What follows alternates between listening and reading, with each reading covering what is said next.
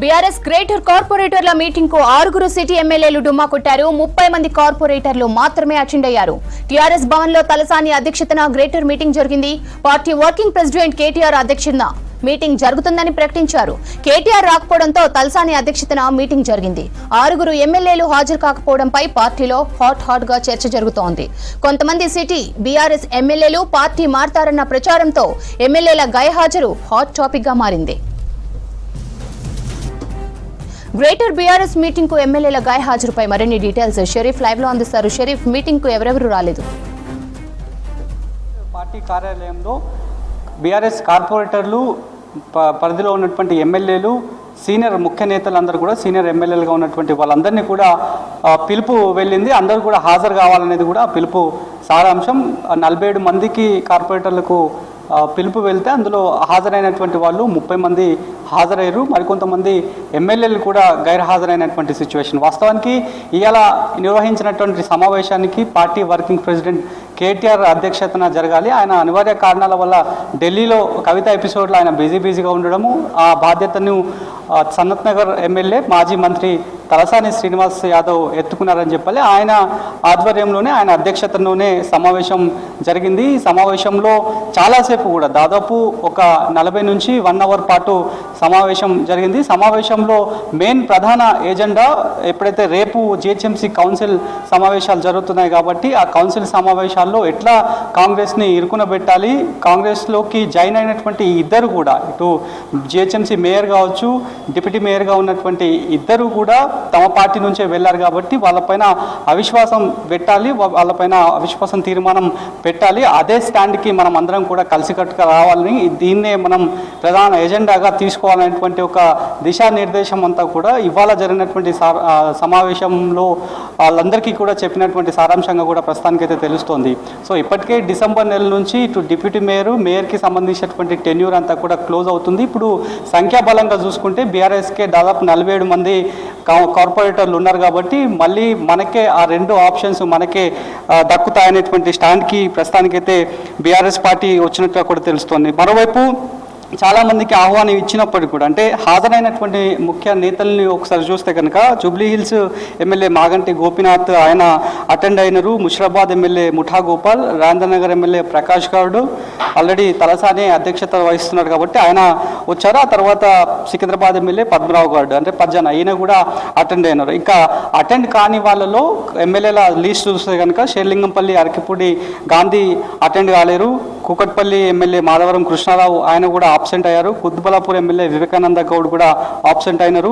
అంబర్పేట కాలేరు వెంకటేషు, ఉప్పల్ బండారి లక్ష్మారెడ్డి, మేడ్చల్ మల్లారెడ్డి, మల్కాజిగిరికి సంబంధించినటువంటి మర్రి రాజశేఖర్ రెడ్డి, ఈ 6 కూడా గైర్హాజరైనారు. అంటే గైర్హాజరుకు సంబంధించి ఇటు పార్టీ కానీ లేదంటే ఎందుకు అటెండ్ కాలేకపోయినారు అనేటువంటి విషయాలపైన వ్యక్తిగత కారణాలతోని అటెండ్ కాలేదా అనేటువంటి అంశం పక్కన పెడితే కానీ ఇంత ముఖ్య నేతలుగా జరుగుతున్నటువంటి సమావేశం, ఇంత ప్రియారిటీ లీస్ట్లో పెట్టుకున్నటువంటి సమావేశం. ఎందుకంటే రేపే జిహెచ్ఎంసీకి సంబంధించినటువంటి కౌన్సిల్ సమావేశం జరుగుతున్నటువంటి సందర్భంలోనే దాన్ని దృష్టిలో పెట్టుకునే కేటీఆర్ఏ ఈ మెయిన్ ఈ సమావేశానికి రావాలని చెప్పి ఆయన విశ్వ ప్రయత్నాలు చేసినప్పటికీ లాస్ట్ నైట్ వరకు కూడా కేటీఆర్ఏ వస్తారనేటువంటి బ్రీఫ్ని మీడియాకు అంతా కూడా లీక్ ఇచ్చినటువంటి బీఆర్ఎస్ పార్టీ ఆయన అనివార్య కారణాల వల్ల రాలేదు కాబట్టి ఇంత ఇంపార్టెంట్గా భావిస్తున్నటువంటి ఈ మీటింగ్కే ఈ 6 మంది గైర్హాజరు అవ్వడం వెనుక ఉన్నటువంటి ఆంతర్యం ఏంటి అనేటువంటి చర్చ మాత్రం అంతర్గతంగా బీఆర్ఎస్ పార్టీలో జరుగుతున్నటువంటి పరిస్థితి. దీనికి కొనసాగింపుగానే నిన్న మనం చూసినాం, ఎమ్మెల్సీలుగా ఉన్నటువంటి బీఆర్ఎస్లో ఉన్న ఎమ్మెల్సీలు అందరూ కూడా 6 మంది ఎమ్మెల్సీలు నిన్న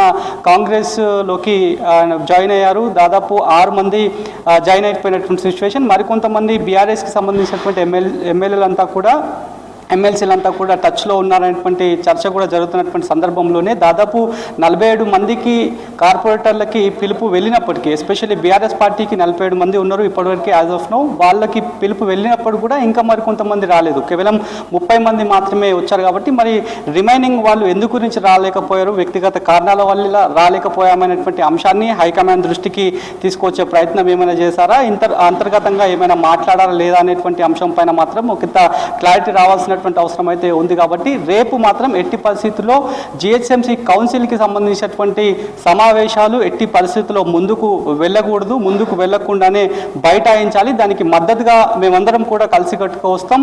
ఎవరైతే గ్రేటర్ పరిధిలో ఉన్నటువంటి ఎమ్మెల్యేలు అందరూ కూడా ఖచ్చితంగా దీంట్లో పార్టిసిపేట్ కావాలి, భాగం కావాలి. ఆ సమావేశాలు జరగకుండా ఎవరైతే పార్టీని వీడినటువంటి గద్వాల విజయలక్ష్మి కావచ్చు, ఆ తర్వాత మరొక డిప్యూటీ మేయర్ కూడా ఉన్నారు. కాబట్టి వాళ్ళపైన ఖచ్చితంగా వేటు వేయాల్సిందే, వాళ్ళపైన ఏదో ఒకటి తేల్చాల్సిందే అనేటువంటి ఒక స్టాండ్కి అందరూ కూడా వచ్చి ఖచ్చితంగా అక్కడి ప్రతి ఒక్కరు ప్రెజెన్స్ అవ్వాలనేటువంటి ఒక ఆదేశాలు మాత్రం క్లియర్ కట్గా ఆ పార్టీ అధిష్టానం నుంచి వెళ్ళినట్లుగా కూడా తెలుస్తోంది.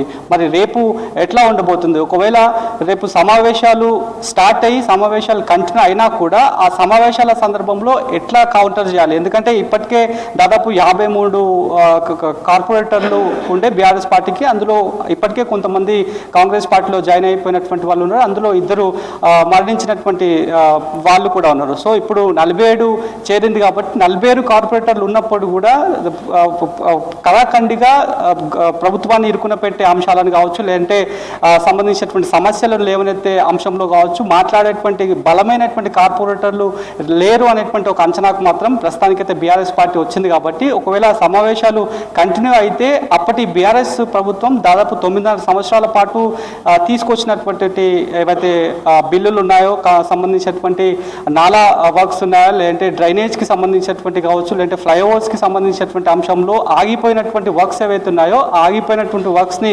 కాంగ్రెస్ ఉద్దేశపూర్వకంగానే ఆపవేస్తుంది అనేటువంటి అంశాలను మళ్ళీ తెర మీదకి తీసుకోవాలి. ఈ అంశాలని స్టాండింగ్ కౌన్సిల్కి సంబంధించినటువంటి జిహెచ్ఎంసీ సమావేశాన్ని ఒక అస్త్రంగా ఉపయోగించాలి. జనాల్లోకి వెళ్ళే విధంగా ఈ యొక్క సమావేశాలను మనం యూటిలైజ్ చేసుకోవాలనేటువంటి ఒక స్టాండ్కి మాత్రం ఇవాళ జరిగినటువంటి మీటింగ్ సారాంశంగా అయితే కూడా తెలుస్తుంది. మరి రేపు జిహెచ్ఎంసీ సంబంధించినటువంటి సమావేశం జరుగుతుందా? మరి అటెండ్ కానటువంటి ఎమ్మెల్యేలకు సంబంధించినటువంటి అంశం పైన అధిష్టానానికి ఏం రిప్లైగా వస్తుంది? ఆల్రెడీ ఇప్పుడు అధిష్టానం కూడా చాలా క్లియర్గా చెప్పింది, రేపు జిహెచ్ఎంసీ సమావేశాలకు అడ్డుకోవడానికి కావచ్చు, నిరసన వ్యక్తం చేయడానికి ప్రతి ఒక్కరు కూడా కదిలి రావాలి. గ్రేటర్ పరిధిలో ఉన్నటువంటి వాళ్ళు కావచ్చు, లేదంటే గ్రేటర్ పరిధికి మినహాయించి ఉన్నటువంటి సీనియర్ నేతలు ఎవరైతే బీఆర్ఎస్ సంబంధించినటువంటి మాజీ ఎమ్మెల్యేలు ఎవరైతే ఉన్నారో, మాజీలు ఎమ్మెల్యేలు ఎవరైతే ఉన్నారో వాళ్ళందరూ కూడా మద్దతు తెలపాలి. ఆ క్రైటీరియాలో ఉండాలనేటువంటి పిలుపును కూడా అధిష్టానం ఇచ్చింది. కాబట్టి మరి రేపు ఎట్లా ఉండబోతుంది అనేటువంటి అంశం పైన మాత్రం ఒక ఇంత చర్చ అయితే జరుగుతోంది.